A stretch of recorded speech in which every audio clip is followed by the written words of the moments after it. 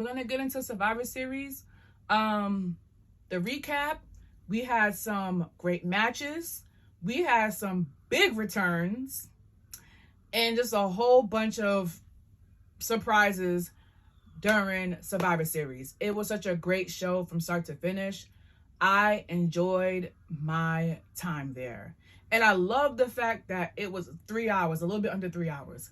I'm a wrestling girly where after 3 hours, I'm like, okay, can I go home now? But this Survivor Series match card was five matches. It was the War Games with the women at the beginning and then men at the end, and then some matches in between. So we're gonna get into that. But yeah, we have some great returns, and stay tuned because we're gonna get into it.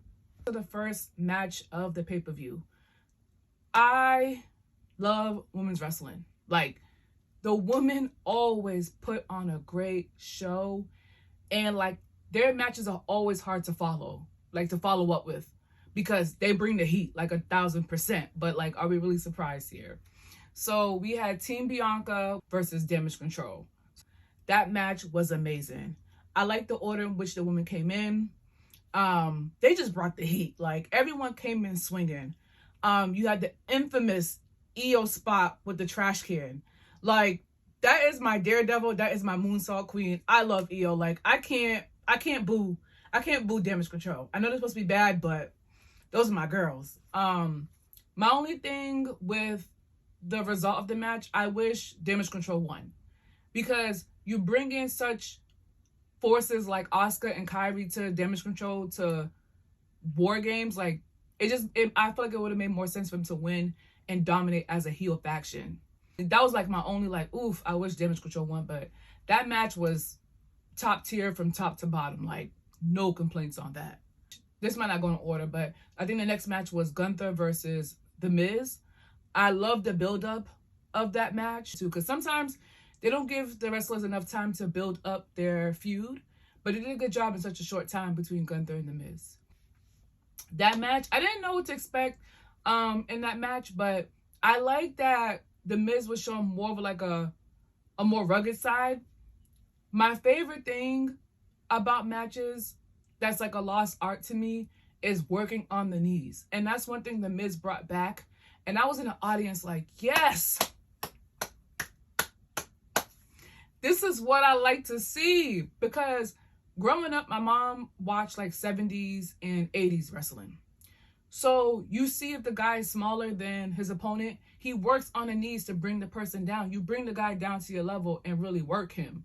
So seeing The Miz do that, I was like, this is what I miss. Because some matches, you see someone who's like 5'2" like me, and then they're fighting someone like 5'8", 5'9", and then they're like jumping on them and hitting them. And it's like, no, that's not how you do it. There's a lot of close falls or near falls in that match that had me like, oh my goodness. I like Gunther. Again, another bad guy that I like to cheer on, because he is so good and he is so talented. So that match, I was like, I'm just here to watch. The Miz won, I was like, cool, a new champion. But Gunther won, I was like, cool, he could continue his record. So now we have Santos and Dragon Lee. I'm not gonna lie to you, I'm a little bit confused and a little bit like, ooh, when it comes to Carlito, because the night before on Friday when we were at the arena, he did his promo saying that it would be his first match in 13 years fighting at Survivor Series. Then all of a sudden, him and Santos start fighting on SmackDown, and then like he's ruled up as injured. So now Dragon Lee now takes the place.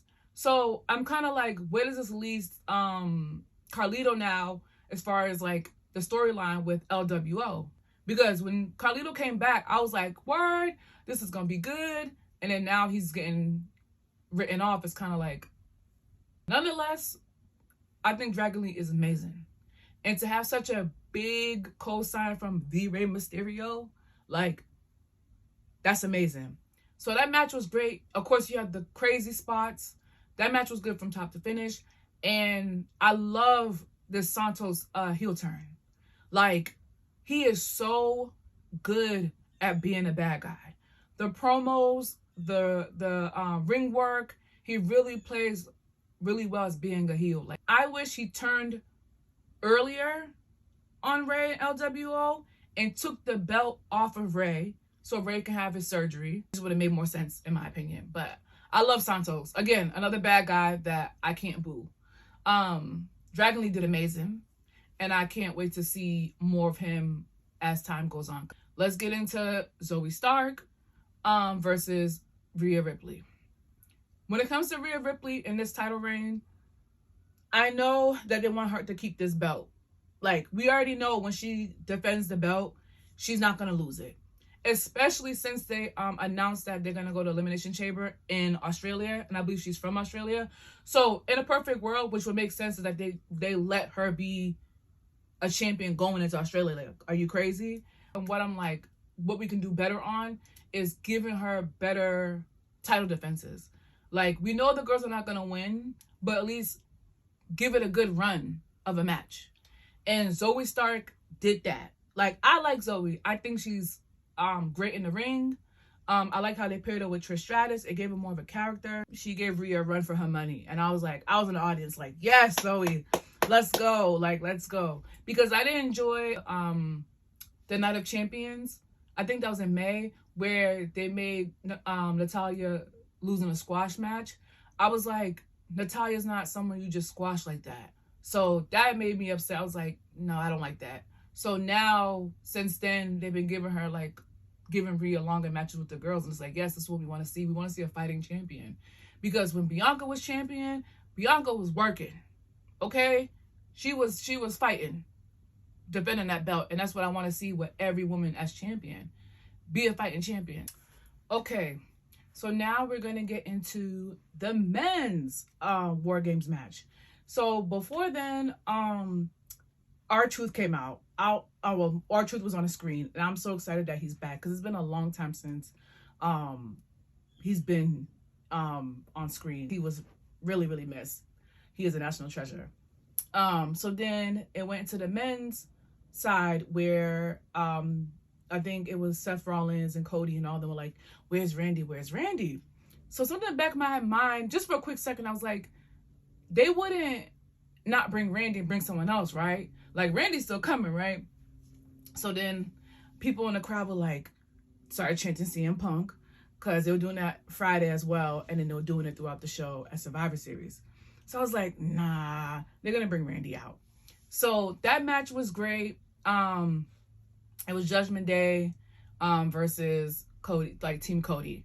That was a good matchup, good size up. And then when Randy came out, the arena went wild, including me, because I love Randy. It's good to see someone back returning off like surgery and recovery. And Randy, I need the regimen because he is jacked. Like, we all know wrestlers, when they take time off, they come back looking better than ever because they're actually like working out, relaxing, resting. But Randy, give me the regimen, okay? The crazy spot was when they pushed JD off the top of the steel cage and the RKO. 10 out of 10. Chef's kiss. That ended the match. It was good. Boom. Then all of a sudden, the unexpected happened. Dun, dun, dun. CM Punk's music hits. And when I tell you, I thought the arena was gonna collapse. Like, you can't deny the impact of CM Punk. Like,